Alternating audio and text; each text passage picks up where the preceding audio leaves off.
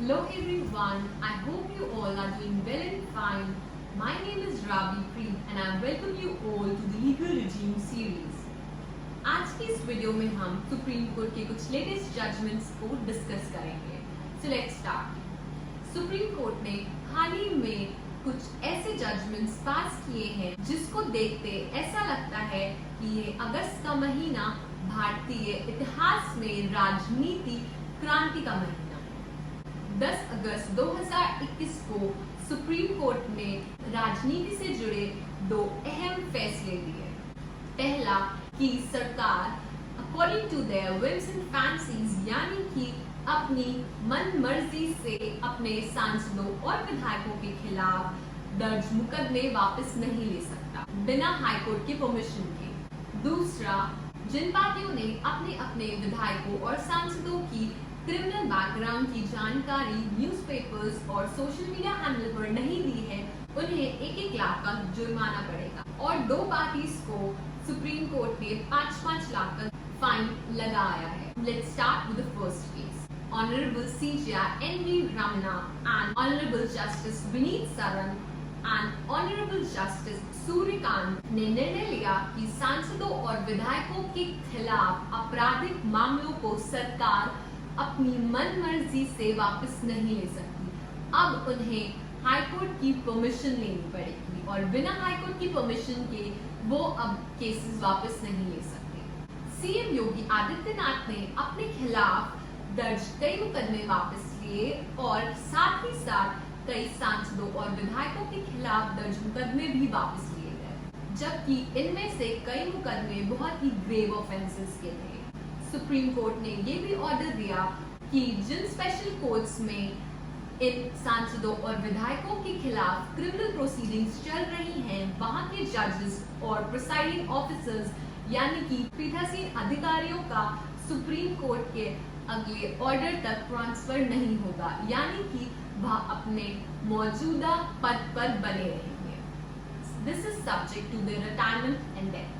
ये तो कुछ यूपी की कहावत कलम तोड़ दी जैसा लगता है, जिसका मतलब होता है कि कोई बहुत ही बड़ा डिसीजन लिखा जाना. एमिकस क्यूरी मतलब फ्रेंड ऑफ द कोर्ट के सीनियर एडवोकेट विजय हंसारी ने अपनी पिटिशन में बताया कि सेक्शन 321 सीआरपीसी का कैसे मिसयूज हो रहा है रिगार्डिंग विड्रॉल ऑफ केसेस. उन्हीं की फाइल पिटिशन के अकॉर्डेंस में सुप्रीम कोर्ट ने ये जजमेंट पास किया. मुजफ्फरनगर संबंधित दंगों के मामलों में भी योगी आदित्यनाथ ने विधायक संगीत सोम, सुरेश राणा, कपिल देव और साध्वी प्राची के खिलाफ दर्ज मुकदमे को वापस लेने की मांग करी. On 31st August 2020, कर्नाटका की बीजेपी गवर्नमेंट ने भी 61 केसेस वापस लेने का निर्देश दिया. This petition of amicus curiae was filed in 2016 in Supreme Court. और इस पिटिशन में डिमांड की गई कि दोषी व्यक्ति यानी कि कन्विक्टेड पर्सन को लेजिस्लेचर, जुडिशरी एंड एग्जीक्यूटिव से डिबार किया जाए, यानी कि दोषी व्यक्ति को न्यायपालिका, कार्यपालिका और विधायिका से बराबर रूप से वंचित किया जाए. और एमिकस क्यूरी की इस पिटिशन में डिमांड की गई कि जनप्रतिनिधि, लोक सेवकों और न्यायपालिका के सदस्यों के खिलाफ क्रिमिनल केसेस को 1 साल के अंदर तय करने के लिए स्पेशल कोर्ट्स स्टैब्लिश किए जाएं और दोषी व्यक्तियों को न्यायपालिका, विधायिका और कार्यपालिका से पूरी तरह से वंचित किया जाए. याचिका में संविधान के कामकाज की समीक्षा के लिए चुनाव आयोग, विधि आयोग और राष्ट्रीय आयोग द्वारा प्रस्तावित महत्वपूर्ण चुनावी सुधारों को लागू करने के निर्देश देने की मांग की गई. Further directions has been sought to set minimum qualification and maximum age for legislature and allowed cost of petition to the petitioner.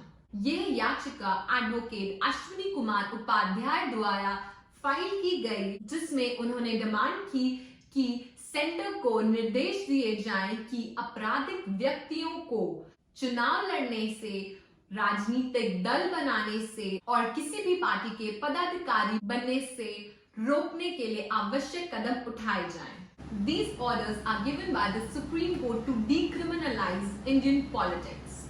Now let's move on to the second decision. Supreme Court ने बिहार विधानसभा चुनाव के दौरान criminal background के उम्मीदवारों की पूरी जानकारी सार्वजनिक न करने पर जुर्माना लगाया, including center ruling BJP. Supreme Court fined 9 political parties for failure to publish candidates' criminal background. Highest fine amounts to ₹5 lakh और ये 2 पार्टीज पे इम्पोज किया गया। पहली CPI communist party of India Marxist और दूसरी NCP national Congress party for not following court's order on publishing candidates' criminal background during Bihar Assembly Election 2020. आदेश का पालन न करने पे और कुछ पार्टीज हैं जिन पे सुप्रीम कोर्ट ने 1 लाख रुपए का जुर्माना लगाया। इनमें Congress party, BJP, Janata Dal United, RJD, भारतीय कम्युनिस्ट पार्टी और लोक जनशक्ति पार्टी भी इंक्लूडेड है। यह निर्देश फरवरी 2020 में दिया गया था।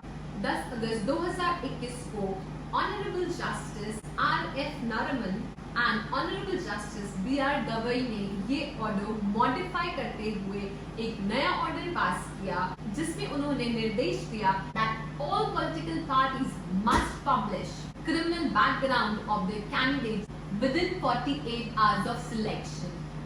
Must publish as in compulsory कर दिया इसे 48 hours के अंदर पब्लिश करने को। कोर्ट ने यह भी निर्देश दिया कि पॉलिटिकल पार्टीज को रीजन देना होगा क्रिमिनल बैकग्राउंड के कैंडिडेट्स को चूज करने का और उन कैंडिडेट्स को ना चूज करने का जिनका क्रिमिनल बैकग्राउंड नहीं है, जिनका क्लीन बैकग्राउंड है। As in why they are not going for the candidates with no criminal background. और कोर्ट ने ये बोला कि ability to win एक justifiable reason नहीं माना जाएगा। ऐसे उम्मीदवारों का चुनाव करना जिनके खिलाफ आपराधिक मामले दर्ज हैं, उन्हें चुनने का कारण योग्यता होनी चाहिए, ना कि उनके जीतने की संभावना। ये 2 बहुत ही महत्वपूर्ण निर्णय सुप्रीम कोर्ट ने 10 अगस्त 2021 को दिए, जो कि भारतीय राजनीति से जुड़े हुए हैं और जिससे यह साफ पता चलता है that Supreme Court wants to decriminalize the Indian politics. Thank you. This is all for the day. Please इस वीडियो को लाइक करें और हमारे चैनल लीगल रजीम सीरीज को सब्सक्राइब करें और बेल आइकन दबाना मत भूलें।